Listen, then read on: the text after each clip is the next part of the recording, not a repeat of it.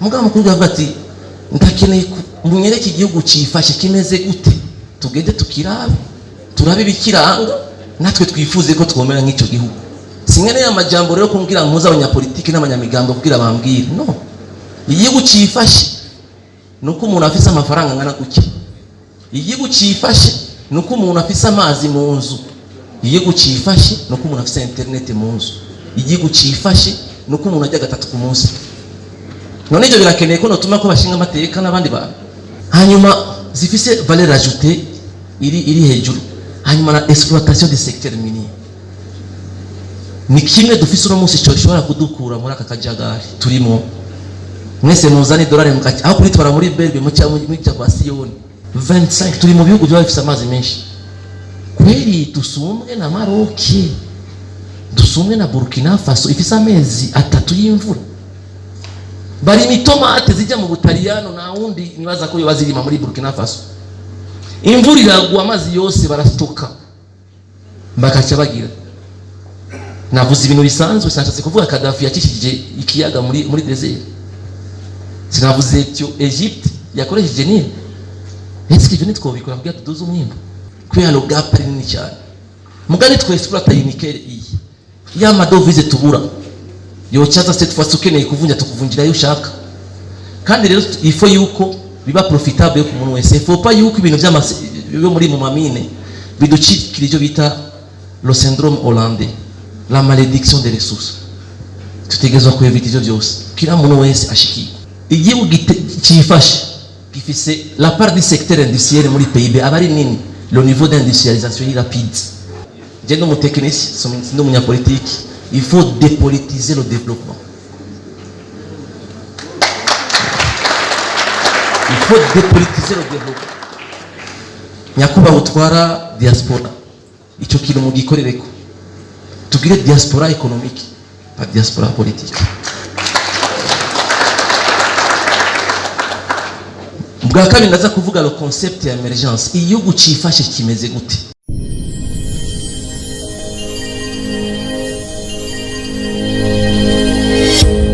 Je no musi kuronka kano kanya ko kushobora kuyaga na mwebwe na bamwe duhamagarira kudufasha gushira mu ngiro umugambi wa nyine icubero mukuru w'igihugu biciye mu bona kazoza Uburundi bwifashe mu 2040 Uburundi guteye imbere mu 2060.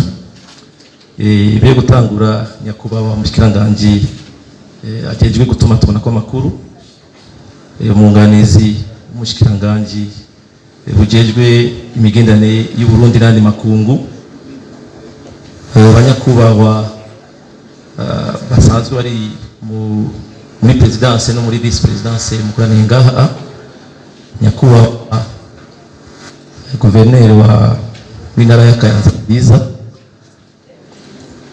mwese muri ngaha abadministrateur bo ngaha mu Kayanza muri ngaha, abakadre bose muri ministeri jeje gutuma imigendane y'igihugu imigendane y'u Burundi n'abandi makungu, nyakubaha mukuru atwara diaspora nabo bose mwaje muva mu bihugu bitandukanye muri diaspora y'u Burundi, bafasoni bashinga nayo muri ngaha mwese mu cyubahiro ciwe turabaramukije.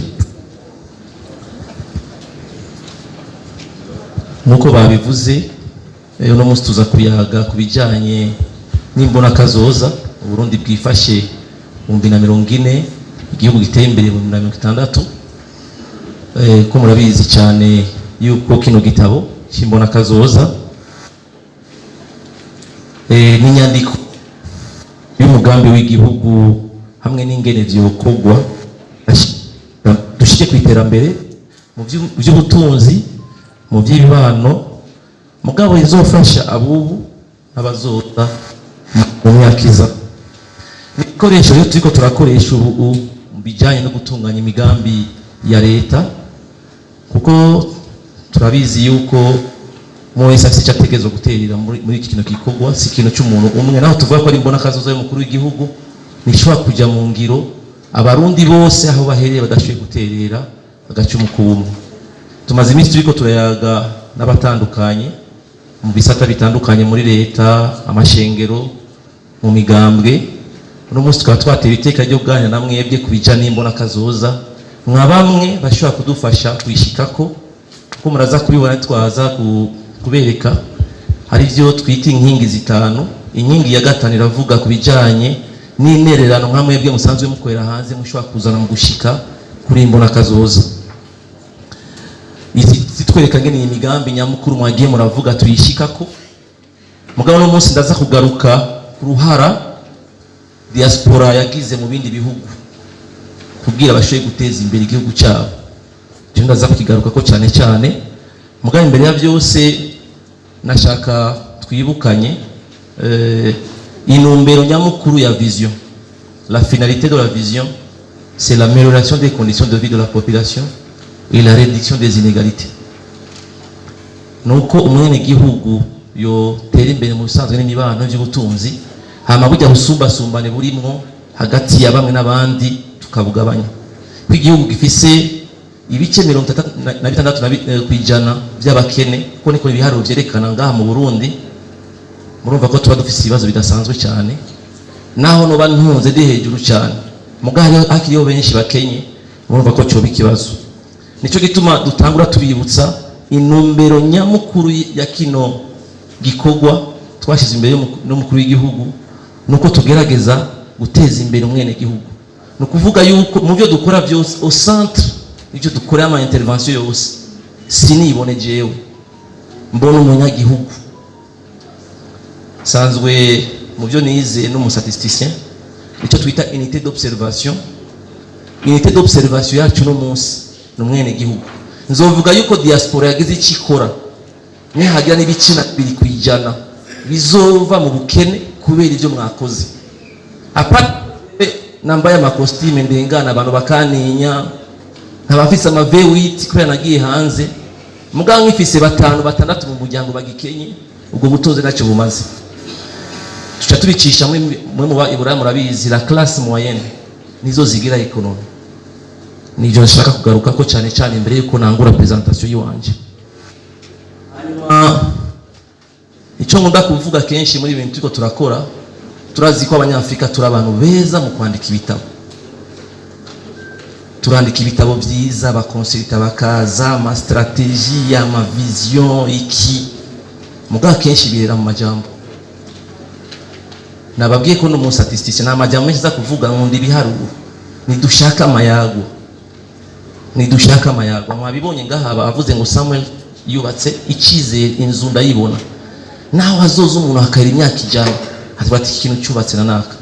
Hari ikintu dukunda kuvuga kijanye waho twaye igihugu cy'u Burundi bagaza simvuze ko ibyo yakoze byose ari byiza muga turazi yuko mabarabara dufise yayubatse. Turazi ko twabonye Sosumo, turazi ko twabonye aeroport, tukabona za Kutiba abati bya mu naho n'abandi mwanka yagize cyasize ngaha aragenda. Byo byiza twese batuvuze neza mu byo turiko turakora. Hama cyemvuga icyo abongereza kunda kuvuga if part of a solution you are part of the problem. Turashaka gutangurira ko kugira iyi vision rero nize kuba slogan. Sinifuza ko vision iba slogan.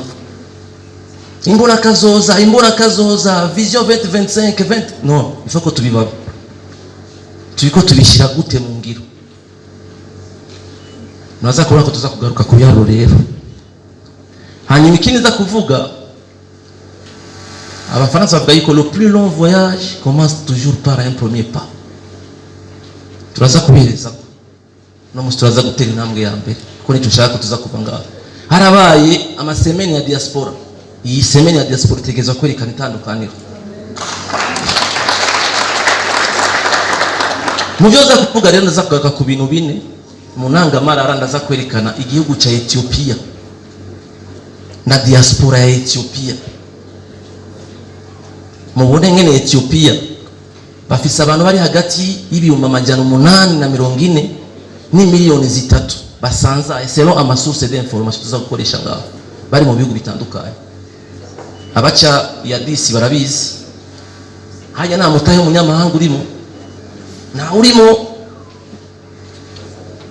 diaspora no munsi ndi imbere ya diaspora y'abarundi ikineza kuvuga kugira mbandanye je no mutekinisi no munyapolitiki il faut dépolitiser le développement. Il faut dépolitiser le développement. Nyakuba utwara diaspora icyo kintu mugikorereko tugire diaspora économique pas diaspora politique. Bwa kabiri ndaza kuvuga le concept ya emergence igihugu cifashe kimeze gute kuko baza bati iyo vision yanditse abantu bangahe batatu bane ariyo bamwe bayanditseko ngo ni baduhamagaye ngo tuze kuyivuga icyo tubivuze okay mugabo mukuru avuga ati ndakeneye munyereke igihugu cifashe kimeze gute tugende tukirabe turabe bikiranga natwe twifuze ko twomera nk'icyo gihugu singene ya majambo rero kumbwira mpuza abanyapolitiki n'abanyamigambo kugira bambwire no igihugu cifashe nuko umuntu afise amafaranga ngana guke igihugu cifashe nuko umuntu afise amazi mu nzu igihugu cifashe nuko umuntu afise internet mu nzu igihugu cifashe nuko umuntu ajya gatatu ku munsi none ibyo birakeneye ko notuma ko bashinga amateka n'abandi bantu ibikeneye iyo concept ya emergence ni kugira tubone iyo turiko turaja mu byo turiko turakora nuko twifuza kubikura mu majambo ku rwego hejuru tubwira abanyagihugu ati ubu rero umunyagihugu yifasha abameze gute kugira naza kwigisha ujejwe intwaro ku rwego rwo hasi amenye imihana ingahe afise itifashe kugira amenye ati ndatanguye manda nari mfise imihana 3 itifashe 2 narayikuye muri iyo situation yari ifashe ubu icagata ndaza kwerekana iyo vision la finalité naza icyo twita amanje bijya ibintu ifatiro ni bitatu haba mu turavuga amapilier turavuga ama objectif ndaza kunyarutsa ko no munsi navuze ko tuza gukora ikintu cerekana ko diaspora yahagurutse no munsi turaza kubikora nibyo tuza kuvuga no munsi ndabivuga nyarutsa ko mfise umwanya mutoyi aho twari kuri stade nari mfise amasaha menshi kandi nari mfise tegeko kuko ndabivuga uko ndavyumva muramba bari natwaye twifuza ko two project kugira mubone bino biharuro navuze ko nangurira kuri Ethiopia diaspora yo muri Ethiopia uno munsi iri hagati selon ama statistique ya Banque mondiale na banque ya Ethiopie la banque nationale il y a hagati ya 848 000 na 2 à 3 millions d'Éthiopiens basanzaye ku isi dufatiye ku biro bya Banque mondiale 273 500 000 baba Ethiopia bari muri Amerique du Nord igice kinini kiri muri Amerika abakurikirwa no muri Moyen Orient bamwe bari Arabia Saoudite ku bya bindi by'abakozi abacadisi barabibona kenshi usanga abantu bambaye dupira bagiyeyo kandi turashimira ubushikiranganje bugejwe imigendane bwaratanguye mwari muzi yuko amafaranga tumaze kurapatira no musi ari kuri konti yabajya angana ni miliyoni 6 z'amadolari diaspora turi kurangaye igihumbi cy'amadolari abakozi bagiye twihare n'icyabwenge nyinshi ngaha kuri ya konti sijana navyumvise ejo ariko igihumbi mugabo no munsi ifoko tugenda ico gihumbi cyaduze muri Afrika dufise 159 muri Europe dufise 140 000 ivyo ni biharo ngene la répartition muri Amerika 32% Moyen-Orient 30% Europe 17 Afrique Océanie bice bikicana navuze ko ngundi biharuro FMI nayo ikacerekana neza na banque ya centrale ya Ethiopie le montant des transferts qu'on connaît le rôle des transferts des migrants il y a diaspora muri développement un rôle inconsidérable muri Ethiopie ibiharuro bya FMI byerekana yuko ku mwaka ni miliyari 5 n'ibice 5 by'amadolari y'amafaranga ava hanze y'aba Ethiopie aza muri Ethiopie ça représente 9% du PIB muce mufata igihugu nka Ethiopia PIB yayo muri bice 9 kandi ugiye kuraba ibiharuro 70% y'iyo montant des exportateurs irasumba ama exportation y'ama biens et services muri Ethiopie muri 2017 ayo matransfer yasumba kure amafaranga y'imfashanyo l'aide au développement iri kuri 1 milliard. Hanyuma les investissements directs étrangers ziri kuri 4.2. Ce qui est très intéressant ngaha, les transferts des migrants zirasumba kure niyo les exportations za Ethiopie ko ziri kuri 2.9. C'est presque 2 fois. Ejo mukuru w'igihugu yavuze iki? Twaracyutse navyo twamenye twese tuguma turira amadovize none amadovize bakuzanira ku kiyiko, ega baraduha ku kiyiko. Murazi ko Burundi budafise droit kuri guichet ya Banque Internationale de Développement iye bita BED, ni dufise, on n'est pas crédible. Turi kuri guichet ya IDA, l'Association Internationale de Développement, nayo ni don, on n'a pas droit au prêt. Est-ce que umuntu ashobora gutera imbere adafashe ideni? None umuntu aguhaye domisi yose ngo turabe ngo mubijejwe na planification familiale niyo tuzoguha ngo cyane ngo tuguhe ngo mu gisata kanaka nibo bagutorera aho baguha. Donc icyo kiriro mugifate mumve yingene cyo dufasha. Les transferts à diaspora muri Ethiopie constituent une importante source de revenus pour les familles zasigaye mu gihugu, kuko ibice 2 kuri 5 by'ayo mafaranga akoreshwa muri investissement. Zijya zose mubona ziduga ku munsi na mafaranga abanya Ethiopia. Igice kimwe kuri 3 ajya mu byo bisanzwe ama dépenses de consommation sanzwe. Muga twebwe ngenda dazi kintu kibabaza cyane aho nca hose, nta muntu umwizigirwa mufise mu Burundi. Muzi ko twese turi Burundi turabayeswa.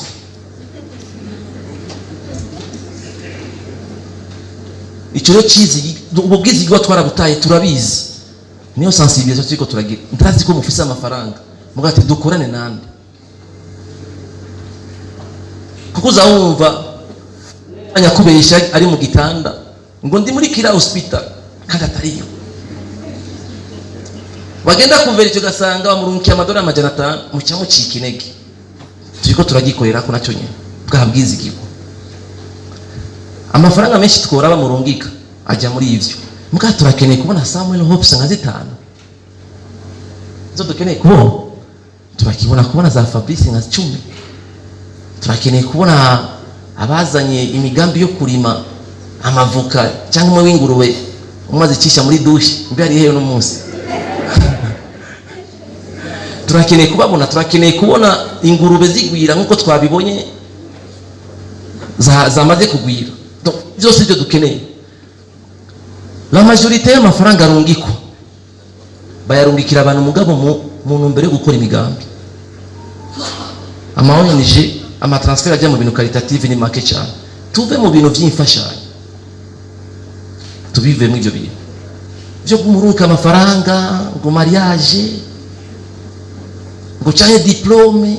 Non, il faut que tubivamo. Ayo mafaranga rero yavuye muri Ethiopia avuye hanze afaciliter les investissements. Ndaza gushika muri vision, icyo twifuza c'est la transformation structurelle de l'économie. Iyo tuvuze la transformation structurelle de l'économie, no kuvuga ubutuzi. Donc économie wacu est fortement dominée par le secteur agricole, kuko ça représente entre 35 et 39%. Mugabo l'industrie iri ku bice 16, les services ziri mu 40%. Nta gihugu na kimwe cyateye imbere kidafise amahinguriro. Simaka ngira amahinguriro nka ziya za BMW cyangwa izindi, no.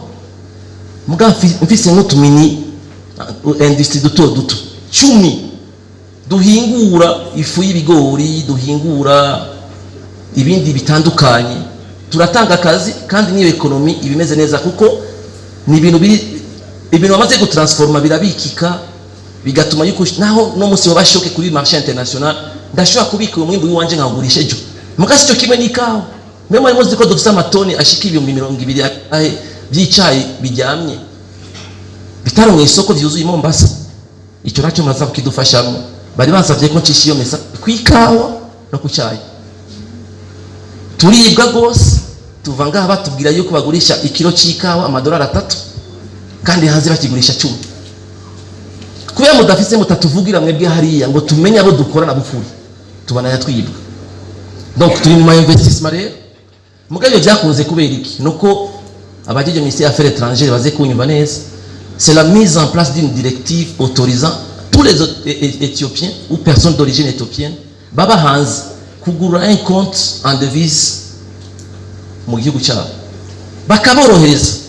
Mugani tubavuze ko tuborohereza mu cyemo cya kwa Siyoni. Kuko kila mtu ategeza kugira amapart de responsabilité. Nina korohereza uno munsi nkaguwa exoneration. Mwanga numva yuko wazanye ibintu cyuja kudandaza handi. Nituzoba turiko turashika kuri cyakiye fuko tuvyumvikana ko neza. C'est plafond ya 50,000 niyo bavuga ko utarenza. Ubu muri Ethiopia kuzana miliyari 10 urashira ko nta kibazo. Andiko ndatanga amapiste kuri affaires étrangères. Abane tegeza gukoko kugira il faut des mesures incitatives si umuntu aza agazana mara yiwe. Ari ikintu twumvise mu idogera kijanye na transfer kiri muri loi de finance ko turakivuga na ministre wa finance ama transfer yuko iko mataxe menshi. Ce qui n'était pas le cas avant bituma muca kuzina inzira. Donc icyo no kuva yuko yo message yaramaze gupasa turayizi tuzora abanye tugikorerako. Diaspora yabo isute les projets de grande envergure tels que le barrage de la Renaissance mumva izotanga ama megawatts menshi cyane. Muri mva ko diaspora ifise no mutahe wa 56 millions. Est-ce que no musi nagira chemin de fer kugira twimbura ubutare bwari muzozana amafaranga? Ego dukene 1.4 milliards de dollars kugira chemin de fer uvinza Musongati ishike. Tumaze kuronka kubera bya bindi baduha ko kiko la bade yaduhaye miliyoni jana muri 1.4 ikavuga ati na uherekeza wicaye nawe nyereka icyo utegeza gukora leta y'u Burundi. Nuko twiyemeje ubu muri budget kila mwaka wose gushiraho equivalent 100 millions de dollars muri budget y'igihugu. Bisigura ko le projet na 6 ans 7 ans no kuvuga au bout de 6 ans la part ya gouvernement muri yo projet zonga na 600 millions de dollars. Nazajana baduhaye muri BAD. Après 3 ans bazotwongera ijana. Ce qui va faire 700. Turacyafise gap ya 500 millions de dollars. Mwumve ko tubakeneye. Twakuze twumva Musongati twese. None dupfe natwe tutahiriyeko. Bizokunda ko le chemin de fer ikogwa ifatanye n'iyo projet.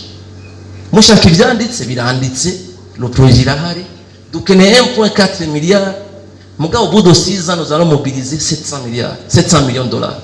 Ayana nazova hehe muri diaspora. Kuko ubu dushaka kugira des partenariats gagnant-gagnant. Nibisigura kuterere ngo cyuheba no. Turashobora gushiraho mukaza muri itoreza ama twashirako ama tax. Kuko ku itoni imwe chemin de fer yakogwa tuzora tuganya $100 ku itoni imwe. $100 ku itoni imwe. Ni muje muri obere murabe bidandazo byinjira byose ko bingana muce mugwiza ijana iyo manka ganye tuzuba tukuyemo. None tubwiye abantu ati iyi tax y'amadolari 3 ku itoni renganye ko uzo washyizamo amafaranga nozo kwisubiza. Muko na mwebwe mutegerezwa kubishira mu tongo les investisseurs bo muri diaspora ari ama obligation spécifique na ma exonération fiscale douanière babaha kugira habe transfert de technologie. Turaza kuvuga ivy'amagara y'abantu namba yazanye bya bikoresho nibiki twamukoreye kugira tumworohereze kugira abaganga 10 baba retraite bari muri Canada bazi kubaga ko ubwenge ni bwagiye kubiki tutobazana ngaha tukabarira amahoteli bakabaga abantu ngaha.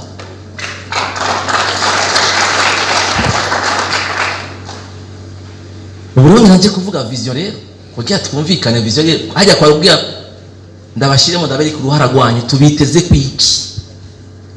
Ubu rero la vision iki igihugu cifasha en 2040 iteye imbere en 2060 yavuye muri forum national sur le développement édition 2020 benshi muri mwebwe niho mwari muri kuko nushobora kumenya aho ugeze utazi yuri kuraja faut pas que tunavigue à vue.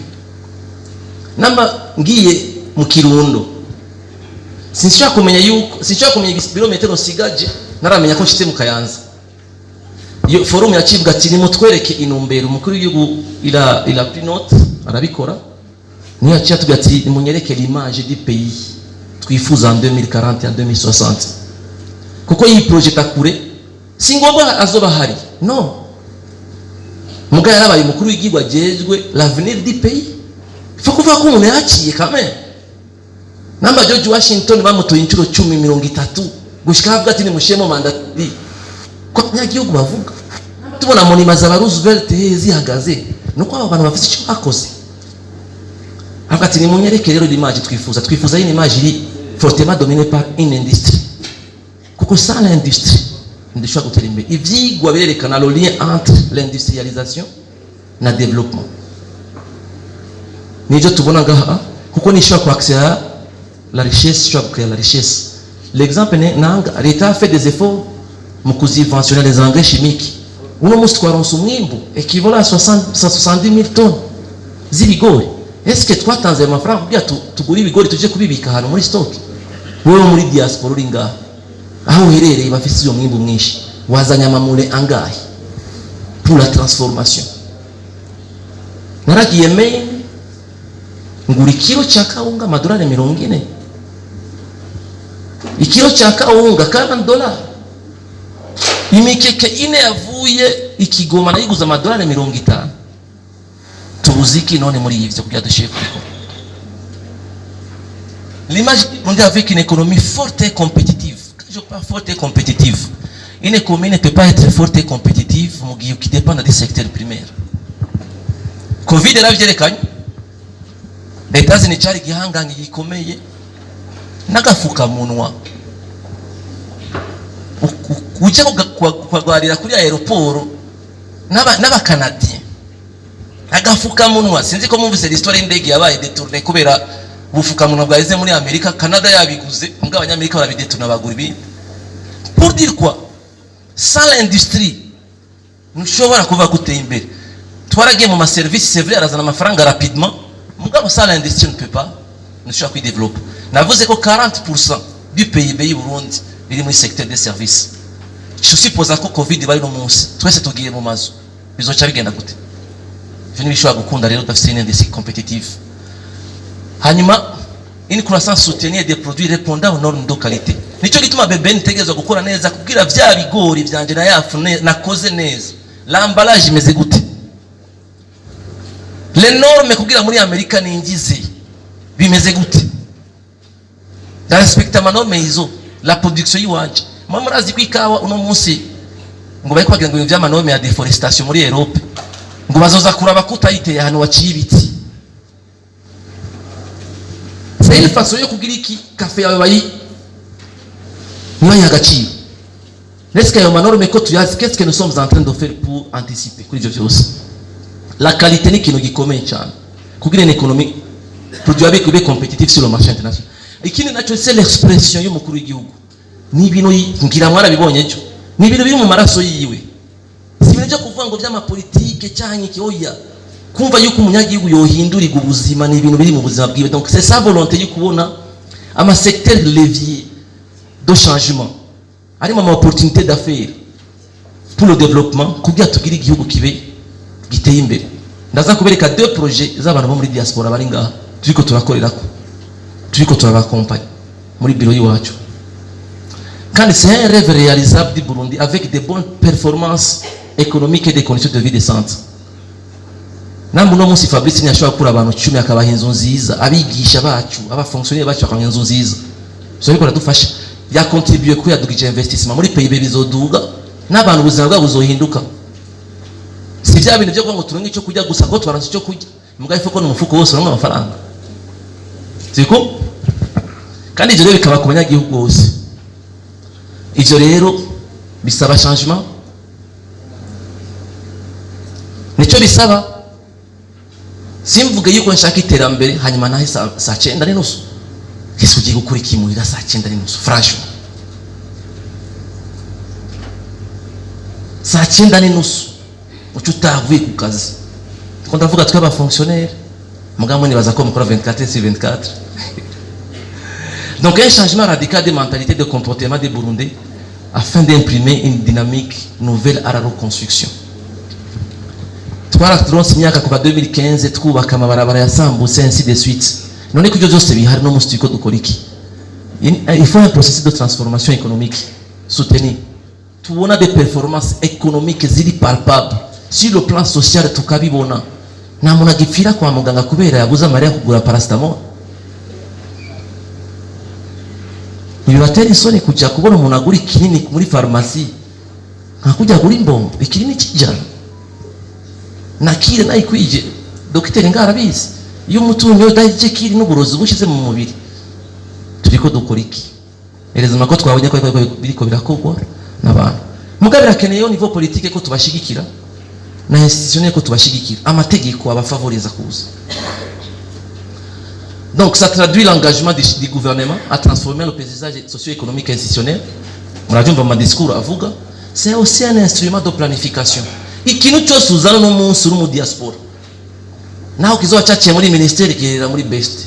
Icyo nkora cyambe kiriye muri pilier qui répondra kuri objectif qui douze indicateur quand je parle de partenaire de développement na diaspora irimo niyagira umuntu yumva FMI gusa ngo yumve bade ngo yumve Banque Mondiale uri mu partenaire au développement nyakujya kwa mariage tugira twubake urondera mu partenaire bafise un projet twifuza kuronka abantu ngahe twubake inzu ainsi de suite muganda keneye partenaire ntabwo ibindi abakeneye comme des partenaires nicyo gituma ndabaconsidérer comme des partenaires au développement et des parties prenantes et des financements des politiques publiques.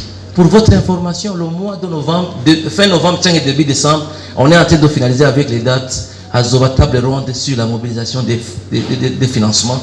Yogo finance vision. Pourquoi la vision toi cause Mugabu yaragiye muri plan national de développement il révisé 2023-2027. Aho twerekane byo twifuza gushika. Turafise ama projet ubu avec des études de faisabilité zihari dukeneye amafaranga yayo. Yo table ronde tuzoyikora ryo turifuza ko muza tubereka ama projet muvuga ati iyi nayifashe tuzoyikora sous forme ya PPP tuzoyikora sous forme ya izobara ma idée 100% izoba sous forme ya ama transfert de migrants muzaye amafaranga ainsi de suite. Aya ma projet arahari na site ya vision ndaza kubereka turiko turayidevelopa kugira dushire kivyo byose mukeneye muzora mubisanga ko rero ni fait de route rero twe nk'abari muri bureau stratégique icyo dukora no kuraba wiko byankenerwa byose biriko biraboneka kugira tubishire mu ngiro. Abafaransa bavuga ko une stratégie c'est savoir où tu vas et se créer le chemin pour y arriver. Undazi ndiko naje ni nkeneye nande kugira bamerekeze muri urwo rugendo nicyo turiko turakora umunsi. Concept d'émergence nabivuze igihugu cyifashe gifise la part du secteur industriel muri PIB abari nini le niveau d'industrialisation est rapide. Uno munsi ugura imashini muri Amerika nuri siri ko uzozinduka ari yindi bakubwira ati ngo ya malogiciel nacinjira no kuvuga bari ku murindi uteye imbere recherche développement yiwa bari ku murindi uteye imbere para avance la situation yo tegezwa kubona tubona twaranga dutatu tune dukora amasaha dukora amarobo nari mu Bushinwa dernièrement mbona robo arinza ikuzanira ibyo kujya mu cyumba ikazi kaba nashitse ku muryango ugurura kuri ascenseur kavuga ati nashitse ugurura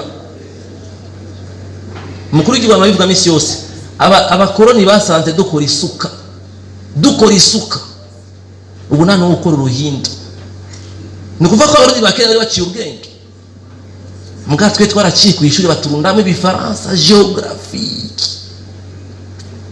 nta muntu n'umwe n'uwavuye hiyo kwiga metallurgie muri Rumani kuko barahari ubutare buhari hariya imusongati yigeze avuga ati tugende hariya Rumani cyari igihugu cya mbere muri metallurgie twese tuzanye ama diplome gusa twishaka kwitwa PhD umuntu umwe yambwiye ngo na PhD nayo kudandaza amatitre gusa nje muri Nations Unies nje muri Banque Mondiale ndenganya abantu bose batinye no L'important n'est pas ce que tu sais, c'est ce que tu fais avec ce que tu sais qui compte.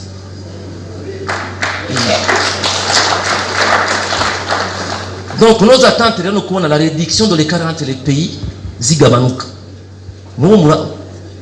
Tumamatiko turakivugana na son excellence. Bazugiye mu nama bakavuga ati ngo yaserukiye igihugu cya nyuma ku isi. Muri concert des nations. Est-ce que muri babaze yo muri train cyangwa muki utinya no kuvuga iyuva mudufashe yo tugiye réduction rero. La situation twifuza nos attentes nizo. Ivyo navyo tuzobibona les bonnes performances macroéconomiques. Nous pouvons que le PIB wategezwa kuboneka tukure PIB yacu kuri iri kuri 357 tuja kuri 2000 ndaza kweba kubiharura tukuru umuntu ku myaka 60 yo kubaha espérance de vie aje ku myaka 90 twese turashaka kubona abavyeyi biwacu baramba ndaza kubaha example nitwashika aho hantu je mutamakazi yapfuye mu maboko tuvuye muri scanner kubera dutonze umurongo twabuze nyene twinjira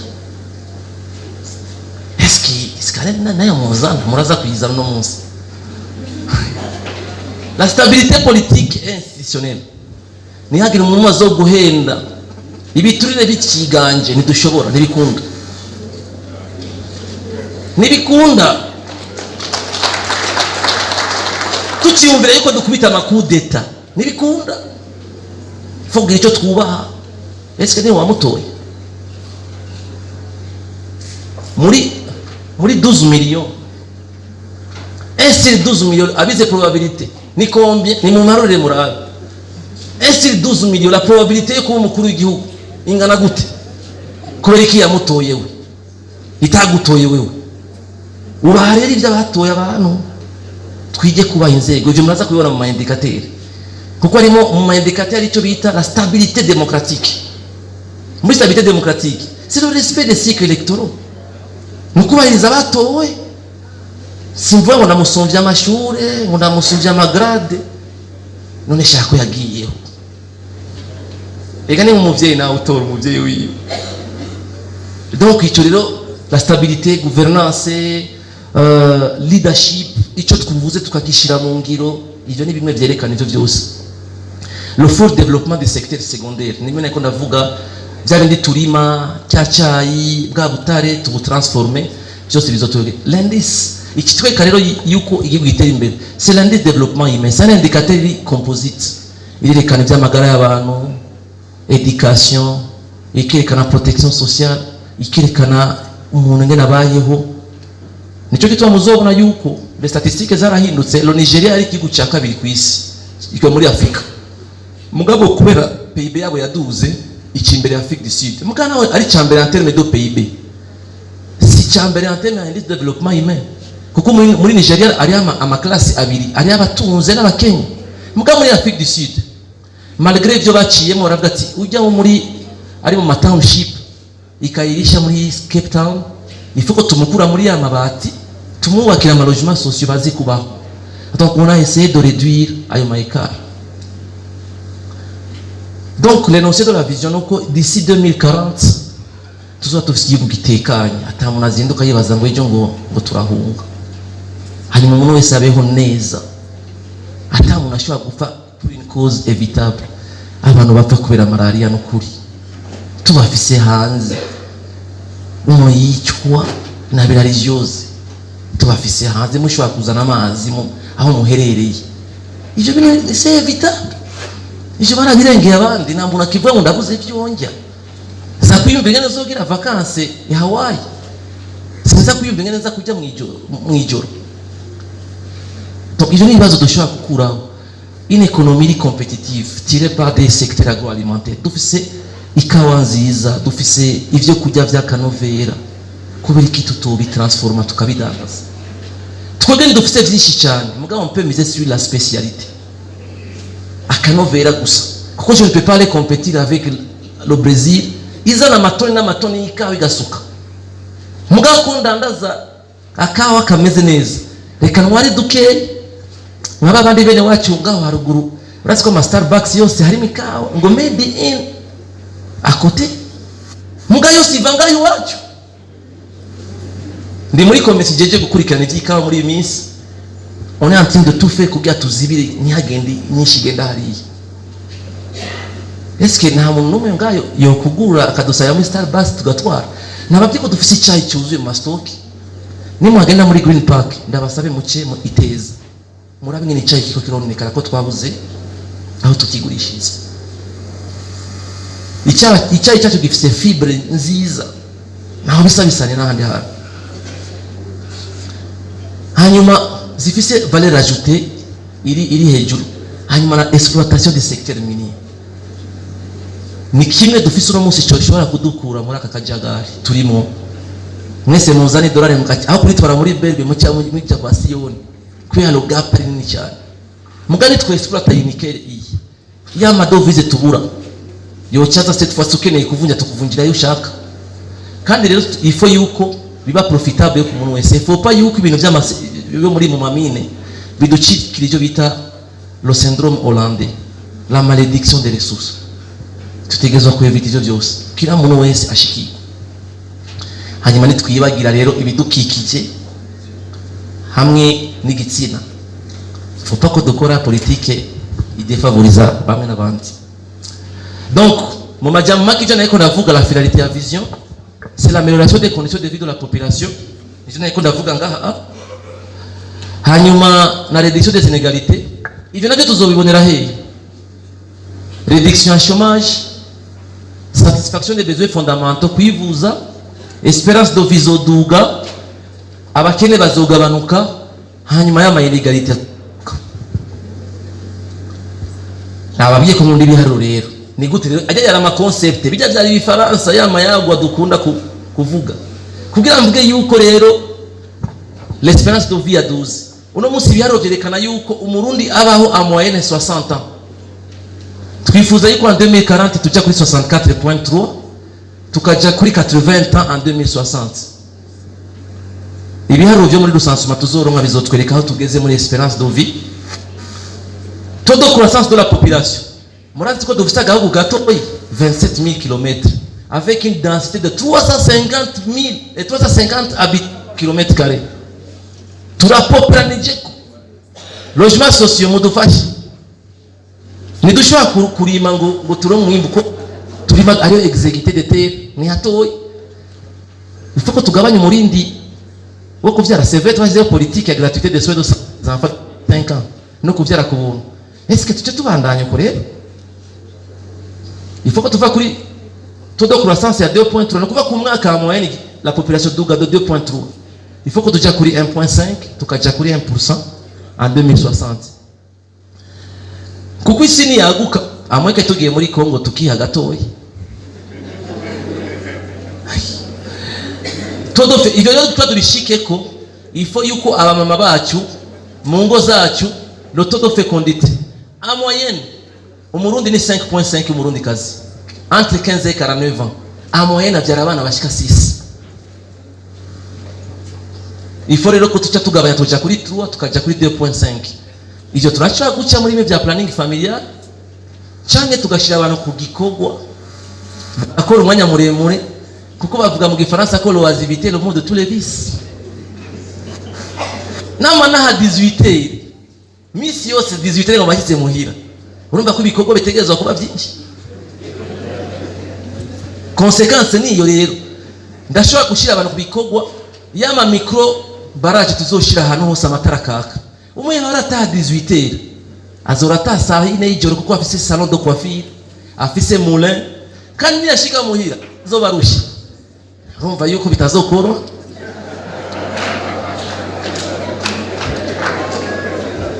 Nababwiye yuko une stratégie c'est savoir où vous allez et se créer le chemin pour y arriver.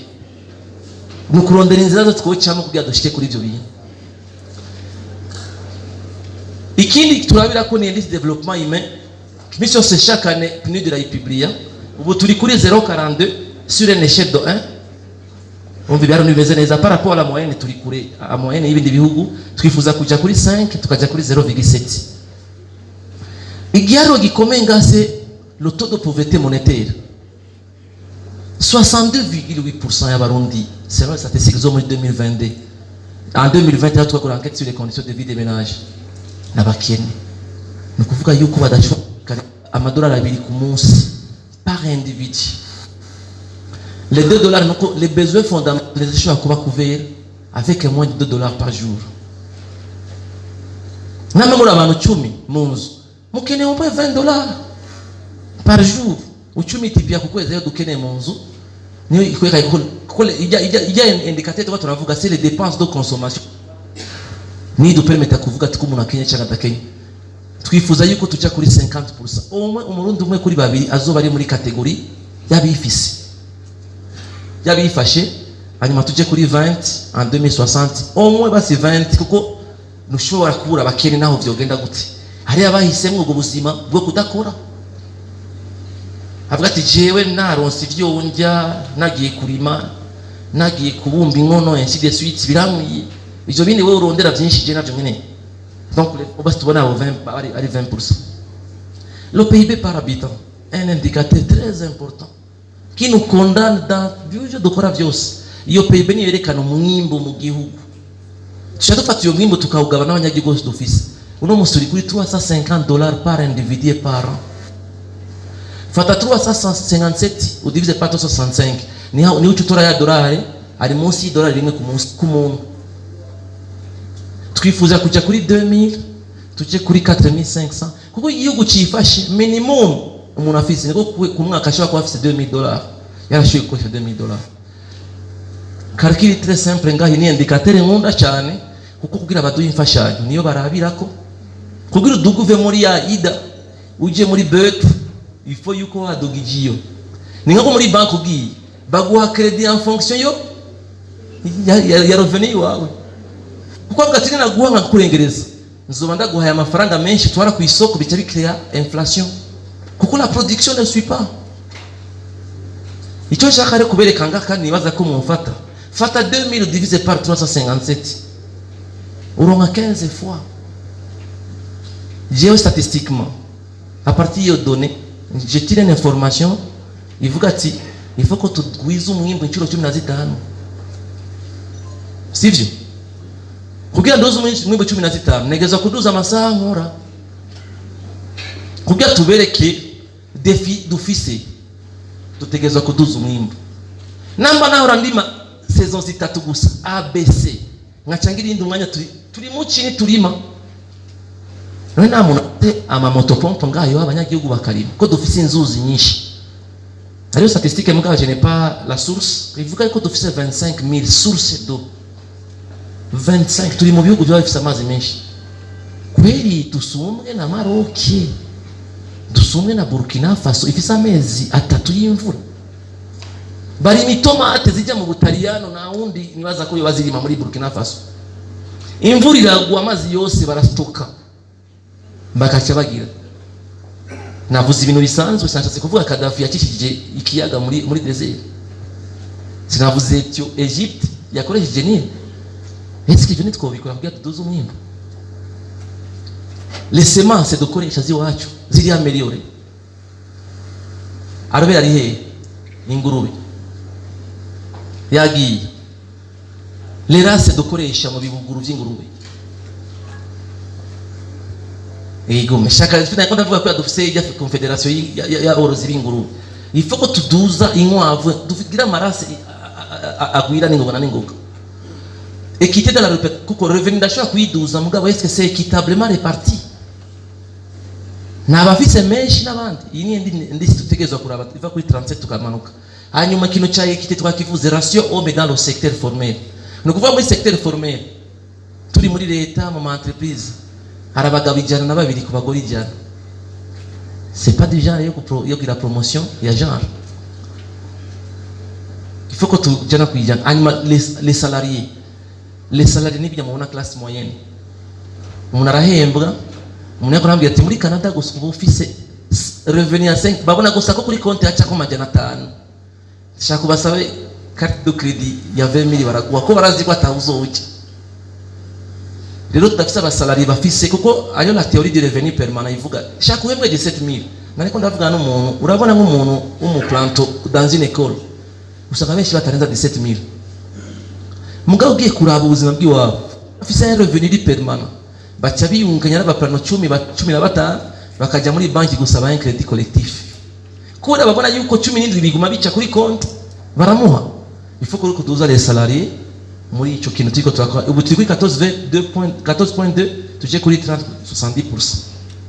Kubera iki ngaha tuzoca bituma abantu benshi tubakura muri secteur kubona la transformation structurelle s'observe mu bintu bitatu. Iyo observa kuri indicateur yerekana la part du secteur industriel muri PIB aho tegezwa kuduga ubu turi kuri 16 twifuza ko yoduga cya kuri 40. Icya kabiri nuko tubibona sur l'emploi dufise l'emploi agricole nini cyane il faut ko tubabona benshi bari muri emploi industriel iyo ni element ya kabiri yerekana la transformation structurelle. Iya gatatu nama infrastructure taux d'urbanisation ibisagara bingana gute ainsi de suite alors nama indicateur yuje wenyine uyabona fati ibisagara vyaragwiriye itweka ko turiko turaduka. Hanyuma rero bashaka juste pour rappeler les enjeux, on a 3 enjeux de la vision. Il y a c'est l'amélioration des conditions de vie, des conditions de la qualité de vie de la population avec une croissance démographique soutenable. Tout cas maîtriser umurindi w'igwirana ry'abantu. Ichaka c'est une transformation structurelle de l'économie et une accélération de la croissance économique sans entrave à l'équilibre écologique. Kuko no musi naza kugira exploitation ya gaz de schiste. C'est vrai là amafaranga. Mugaye nona ibidukikije. Kuchituma ajya ma glace afonda. Iyo ariko arafonda biza kuzuza inzuzi nibiyaga. Nayo nyine baziko amazi atiyahangana cyayirondera inzira cyaduhereramo. Changiye ku exploiter nickel. Amache sigi binogo imvura niyagwa abana bagweyo ibiti ibyo byo tegezwa kubiraba. Icyagatatu kandi très important ko turakorera ko c'est une prise de décision basée sur l'évidence. Ni dukeneye amayagwa. Ngo muri rusangi ngo abarundi ngo twarateye imbere. Wavuye kuri kombi uja kuri kangahe. Muri rusangi abarundi turakenye. Tubwira ati 30 barakenye nifuza ko no mwaka nzokuraho batatu. La décision za gufata no munsi niyo gukura babiri muri iyo situation. Nico tuma turi mu bya budget programme uno munsi. Ndafise ikibazo ubu n'abashikiranganje excellence murambo bari. Twebwe dukurikiza intumbero twahawe ifaranga ryose risohoka muri finance tubanje rigiye gukora iki. Rero ko twari tumenye twari muri désordre économique imyaka myinshi ino amafaranga ndazi cyo dayakoresha ino amafaranga uyatwaye he. Tubwire yo engrais chimique ko na subventionné uzoha engrais chimique abanyagihugu bangaye twifuza kuduza umwimbu do combien kubera ko uvuze ko dukeneye kubaka amashuri hari abana bangana gutya babuza aho bicara ukabitwereka avec des évidences sinze kubigira gusa kubera shaka marashe nzo ry'amafaranga cyanye bashaka kubaka isoko cyangwa ishure kubera ziko ari nzofurnisa umucanga n'amabuye. Donc on a besoin des évidences. Ayo na manji atatu dufise mugato rafise 5 piliers iyambere c'est l'engagement de l'État mu kugwanya ibiturire mu gutunganiriza bose niyo uzosanga ajya amafonction régalienne yose justice sécurité défense via administration du territoire. Ndaza kuba site liko vision en français en anglais en kirundi muze kuraba muze kugisomera. Harimo ama indicateurs ya transparence efficacité gouvernementale harimo ibintu vya sécurité appareil de sécurité harimo ibintu vya stabilité démocratique harimo ibintu bitandukanye byerekana l'engagement de l'État. Kandi turafise ama indicateurs no munsi umukuru w'igihugu nawe tuburabirako n'abanyapolitike bangahe bari yeruswa bari ndani kandi basubije. Nico gituma ariyo ya konti y'amafaranga yasubije tugeze ku miliyari zishikindwi ndashobora kuyihenda mugavuga ati amafaranga ni ariko nta numwe afise ubushaka kuyakoresha tuzogenda tuyubakishikirwa ati ari amafaranga yavuye muri babantu bari bivye igihugu kugira abantu bamenye ati kirazira kwiba niwo yiba bizogaruka kuri leta.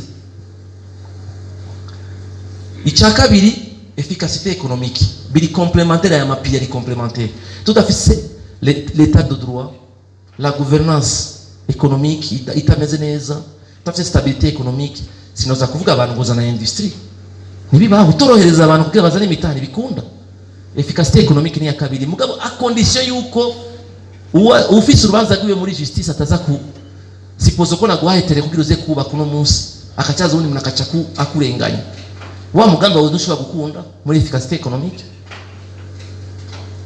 nuko niho twifuza yuko tous les secteurs productifs dufisemo agriculture, infrastructure, énergie, industrie, cadre macroéconomique na développement y'aba jeunes hajya kuko ni main d'œuvre idasanzwe. Les objectifs naza kuziparcourir rapidement. Ichakata c'est l'équité sociale. Ndafise ubutungane bumeze neza, intwari imeze neza. Nazanye imitahe byose. Mukana afise le capital humain, je ne peux pas.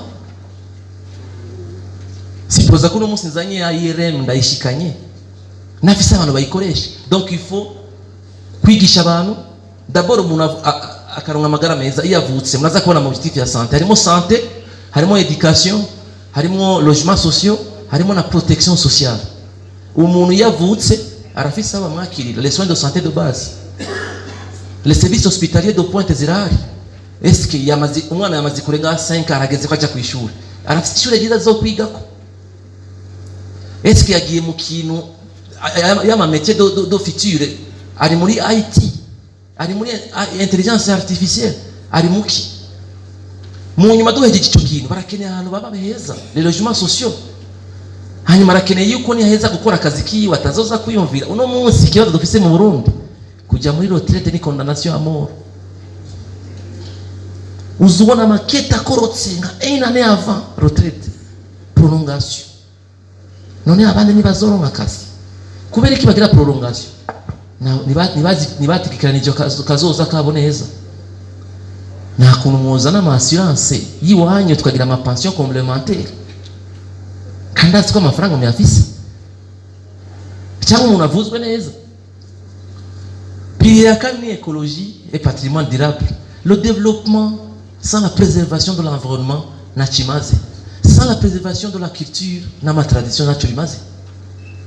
Amuraza kuona autant de sites zizoba aménager l'histoire yiwacu tukayimenya ainsi de suite ikibira kikaba restauré kugira turonka kayaga keza ainsi de suite. Icyanyuma nza kubahamagaira ko cyane c'est le partenariat fructueux. Ni rero tubakeneye ari objectif imwe mobilisation des ressources. Twaronse intwari imeze neza, efficacité économique, turafise capital humain, l'environnement est préservé. Amara azova hena no kubikora.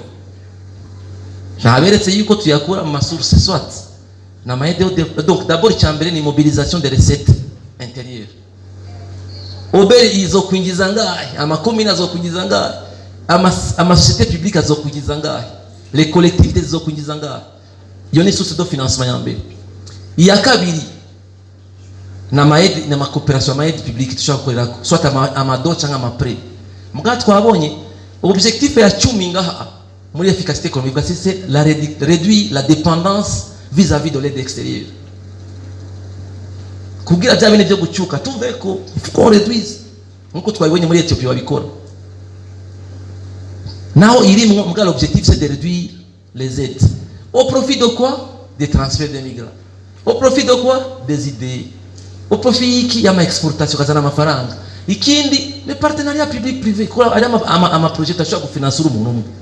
Chemin de faire no shaka kufinancer umuntu. Nibikunda.